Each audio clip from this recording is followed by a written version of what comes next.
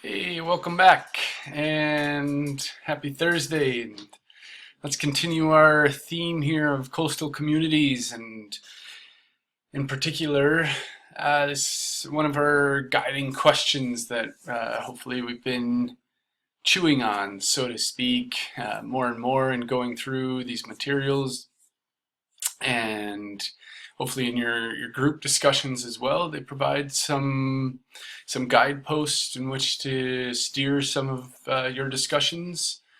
And yeah, please keep me in the loop how you find your groups going, and hopefully there's some new ideas emerging, some neat ideas, maybe they're old ideas for your visual essay project, and yeah, ways to go about some interactive from afar group work. There's been some communication around that already, and I appreciate it. People checking in, and I invite all of you to. And yeah, without going into that any longer, how are coastal communities responding to change by capitalizing on opportunities, building resilience, or succumbing to impacts? And not that we can come up with a definitive answer to any of these, but any of these elements of the question. But it's a neat overarching question for us, and thought we'd take a quick look at this concept of resilience. I mentioned last week how it's quite central to community studies in a range of different human, cultural, social geographies, and many other both physical and human sciences, social sciences, as you've heard me say, with numerous other key themes as well. But yeah, the capacity of a socio-ecological system to withstand or absorb stressors and still retain its basic structure, function, and identity through reorganization, learning, and adaptation. A bunch of really big or deep themes there in terms of identity, adaptation, socio-ecological system. So it ties together quite a bit of various aspects of what we're looking at with coastal communities and the course in general. And it's quite a good lens for approaching, perhaps topics that you're studying in your other classes too. And so I invite you to, poke around a little bit to see how the theme of resilience is being applied to other areas that you're studying, other whole disciplines, or within the context of geography as well. Just off the top of my head, there's a large and growing field of rural resilience studies, how rural communities, are handling resilience or developing resilience or not. And yeah, and just considering so many of the coasts around our world are rural, so many of the communities on coastal areas are rural. We could, that's just one example of a little bit of an overlap there. And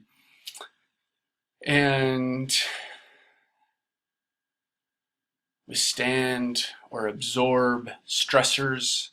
And some of that to me relates back to some of our notions of change that we had in the guiding question that preceded this one that we're working on. But let's continue here, and I can loop back to that point later on for us. Coastal resilience, right? So applying these resiliency themes to the coast. Some of this is coming from a community self-assessment, the Coastal Resiliency Index, which is put out by NOAA, the National Oceanic and Atmospheric Administration of the US, which does a lot of collaboration with other countries as well. really neat community tool for assessing resilience. So you're compiling a means to compile an index. And whereas most studies on coastal resiliency focus on natural hazards alone, that over just a teeny bit there, there's mainly a focus on emergency response, infrastructure, engineering, and physical reconstruction. And whereas we can see these certainly as part of an important part of coastal resiliency, this self-assessment for communities brings together elected officials, public works directors, emergency managers. We're starting to see much more of the human geography or the social lens here. Other leaders at the community government level to take an in-depth look at their community's level of resilience. So they discuss 57 indicators. Some of those we see listed here: critical infrastructure, transportation, mitigation measures, community plans. This is to a lot of places around the world, a community plan would, a lot of places one doesn't exist. To a lot of places that'd be something that is unheard of or perceived barriers, but the cases argue that these are all the more important for our coastal communities based on the in particular the threats of sea level rise, of storms, of drastic changes resulting in the ecotone. And so, just to jump back here to the sentence that I was reading, 57 indicators, and some of those we see listed, as I said, organized around 6 categories to identify vulnerabilities, capitalize on strengths, and assess future impacts of disasters. The Resilience Index focuses on locations of critical infrastructure.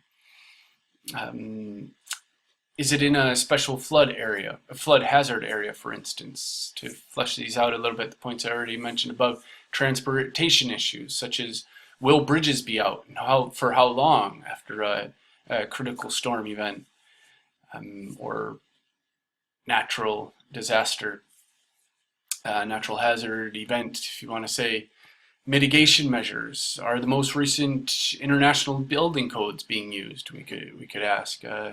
Community plans. Does the comprehensive plan address disasters? So even lots of places have community plans, but are they taking into account disasters? Okay, so the Resilience Index also looks at how prepared community businesses are, such as grocery stores and fuel distributors.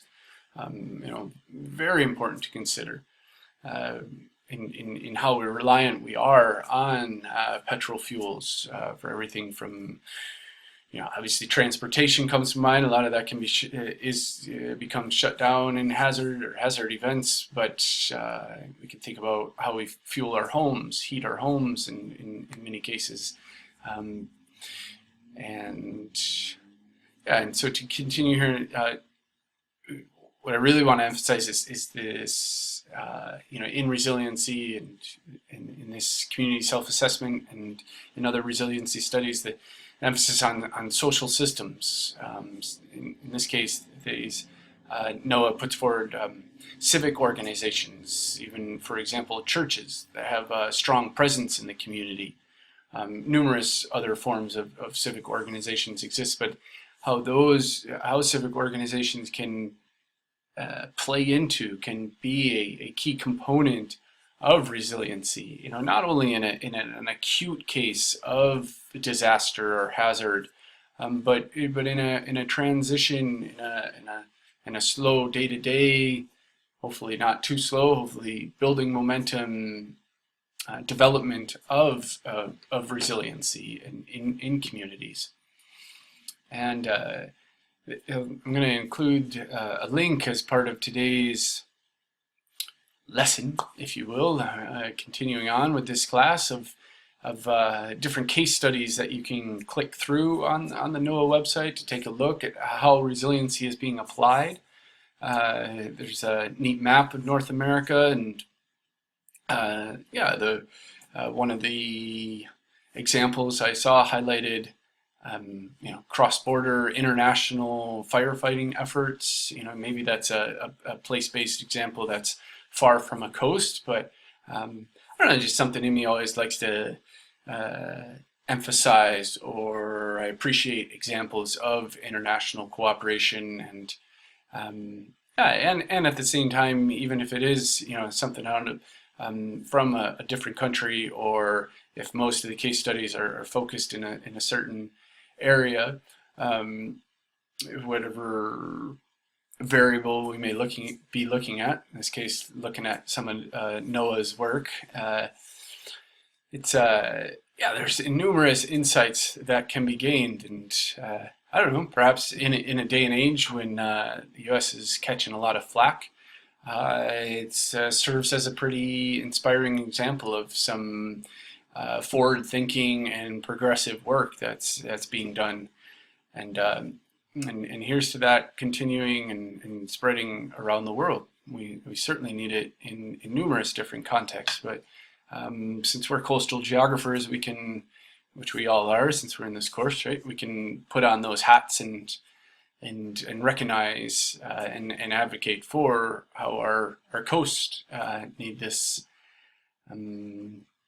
resiliency discussions and work even more, or all the more so, along with everywhere. Let's provide the balance. But this notion of vulnerability keeps coming up in these discussions in the literature related to resiliency and resilience. You've heard me emphasize it a couple times. So the vulnerability, the conditions determined by physical, environmental, economic, and social factors or processes that reduce or enhance resiliency. Okay, and so to understand or develop resilience and to avoid reestablishing vulnerabilities, which is often the case with responses or reactions to hazard zones and natural disasters, where a lot of the discussions of resiliency focus on natural disasters.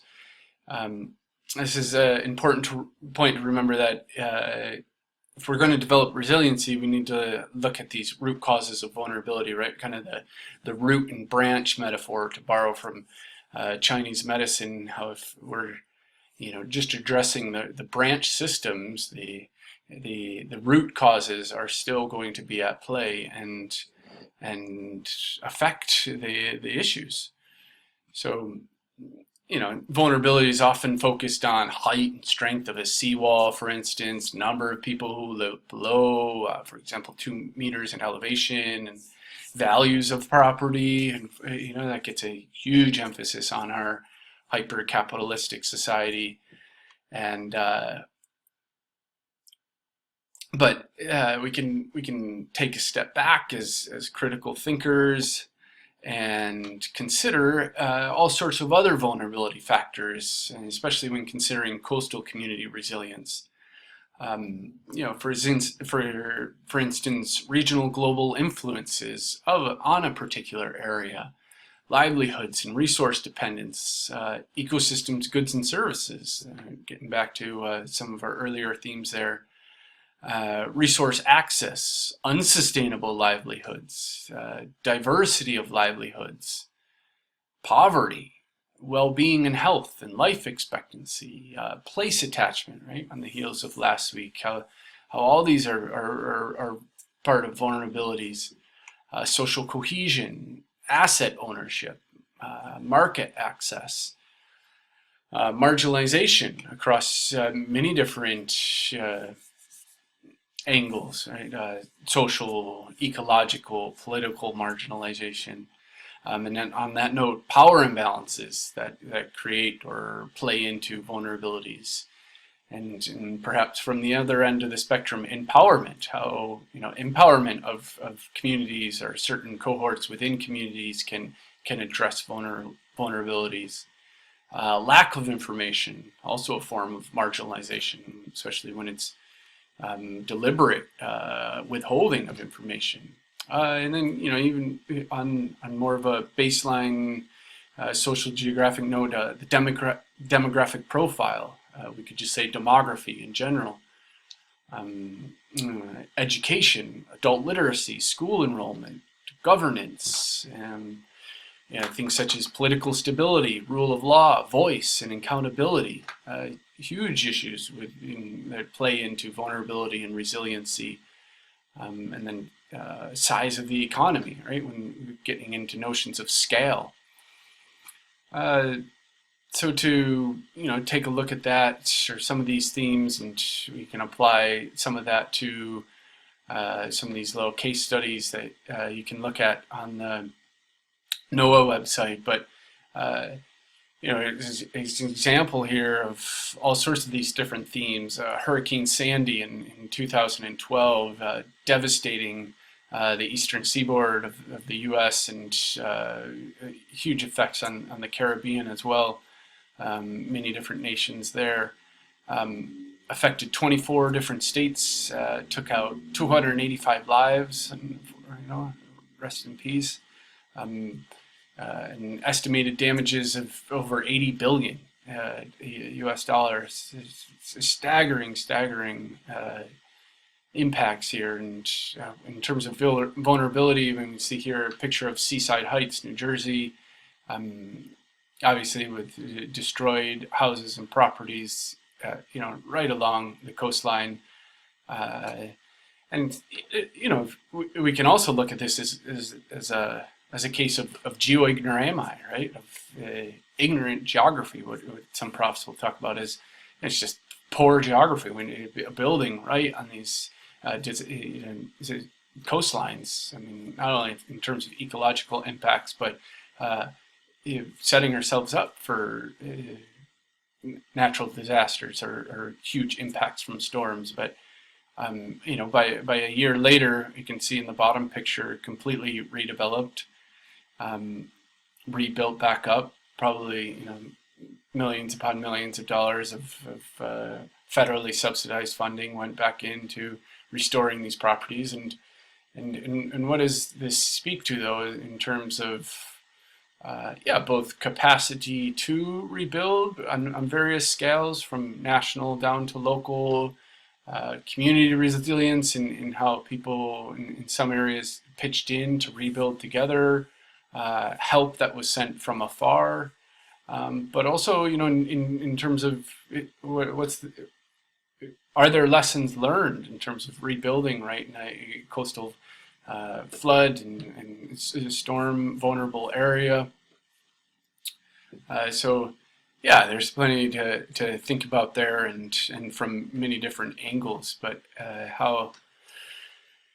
it's a interesting question to consider, and I know it's a sensitive topic for some people in some areas. If not Hurricane Sandy itself, but in talking about certain storms or natural disasters and the ignorant practices that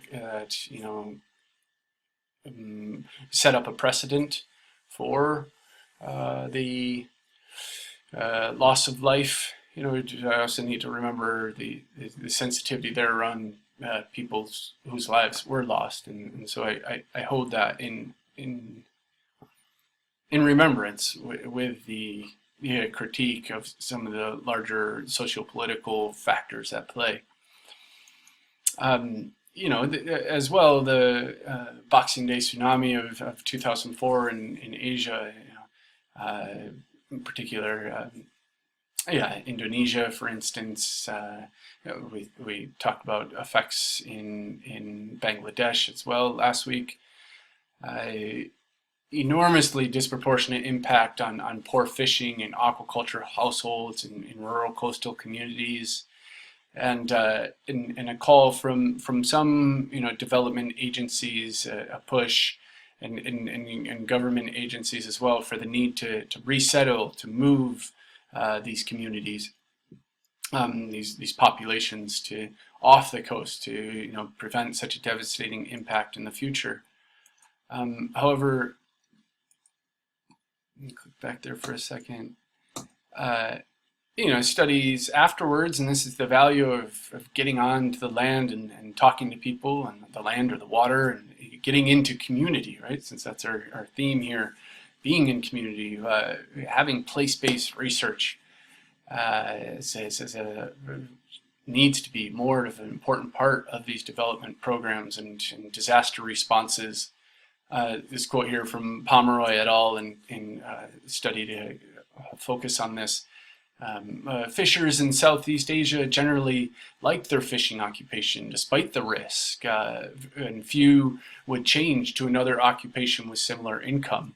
So, speaking to some more of those social factors that are a part of the vulnerabilities that can often be overlooked by central planners and who are often in a different place, right? Capital of a region, not often, or of a nation, not often aware of the deep, strong cultural connections, livelihood, deep, multi-generational, ingrained beyond just livelihood in terms of financial income, but the traditions involved, right? In some of these places going back since time immemorial, including on our coast here, many coasts around the world. Another quote here, fishing is often a quote that speaks to, I feel, some of what I'm saying. Fishing is often a cultural way of life that will not behave as an ideal economic system that may be resistant to various policy proposals. Some of these economics and policy in contrast or in relation to culture and way of life, income and occupation. These are all factors that need to be considered in understanding resilience and applying it to one place versus another. And some of what this speaks to is the notion of coping versus adaptation, how we, what time length of responses, time frame are we speaking to, and accounting for in our vulnerabilities? Are we just creating deeper vulnerabilities? Are we is it an authentic resiliency? Is it just crisis management, or is there more of anticipation and planning? Is it just trying to get a community to return to a former condition, similar to what we saw with on the New Jersey seaside there, or are we evolving, to a new state of condition? Is there a longer evolution in a longer view trajectory in mind, possible in the planning process, instead of just let's get back to the status quo? And more on adaptation, capitalizing on new opportunities to strengthen and revitalize community. As a brief example here then of some of those themes, Maldives, in the Indian Ocean, nation state consisting over 1,100 islands. It's the world's lowest lying nation. On average, the islands are only 1.3 meters above sea level, and there's 325,000 residents, plus 100,000 expats, expatriate workers who are not counted in the census. And so, quite a few people who are very, very vulnerable to and threatened by rising sea levels. It's a nation that has put forth some pretty forward-thinking and groundbreaking work to address sea level rise and raise the red flag globally as a quite a small nation, not just in size but in political clout. So this is the island of Male. At least it's M-A-L-E. That's the way it's spelled. If there's a better, more proper pronunciation, please correct me. It's the capital of Maldives Islands in the Indian Ocean. It's the ground zero of Earth's sea level rise dilemma. The news article out of Utne states, and I can provide the link for you. As I said, the maximum elevation on this island is a teeny bit higher, 2.4 meters. And so even a modest increase in ocean height would submerge a majority of its territory. And so the government has erected a sea wall around the island.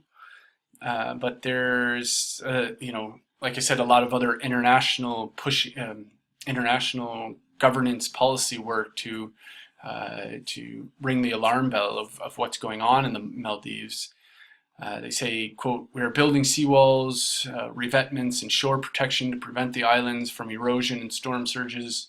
The capital island, Mal, is surrounded by a 2-meter seawall now, which protect the island from the 2004 Boxing Day tsunami. So at least in the medium term, the seawalls can protect us, but stronger storm surges and more violent weather patterns that climate change will bring call into question what the long-term viability.